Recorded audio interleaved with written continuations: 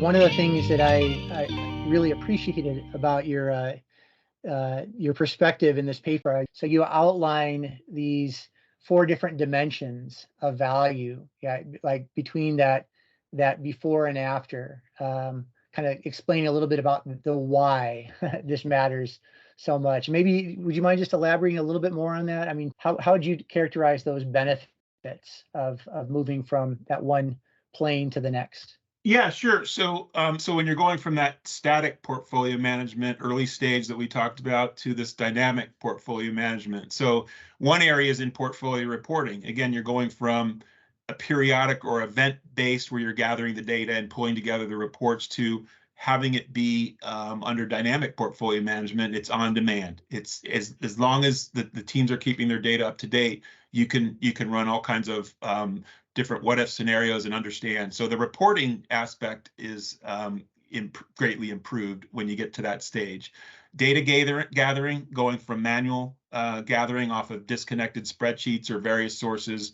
A company I've been working with, they have spreadsheets, they have multiple systems in different business units. So when they pull together the data, lots of apples and oranges. So just the process of pulling the data together is very painful, and it can take literally weeks to prepare for a review, as opposed to when you really get to that dynamic state, it's always available. It's in the format you want in terms of how do you view your portfolio.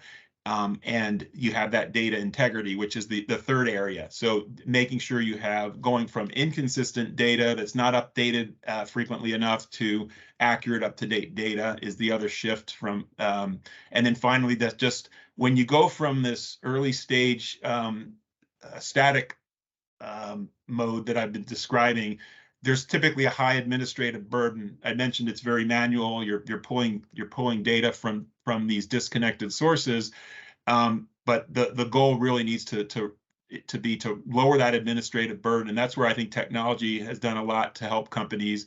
I mentioned a common database where everybody views the information, and it's always you can trust that information. It's that one source of the truth model. So going from high administrative burden to prepare for a review to a low administrative burden, and then as long as the teams are continuing through their development process, as any change that happens in the marketplace or any change that happens in the project, they're just making sure their data is up to date. So you can always at any point in time, take a look, and it's not very painful to pull that data together. So those are really the main areas that really highlight the differences between the early stage and the more dynamic approach.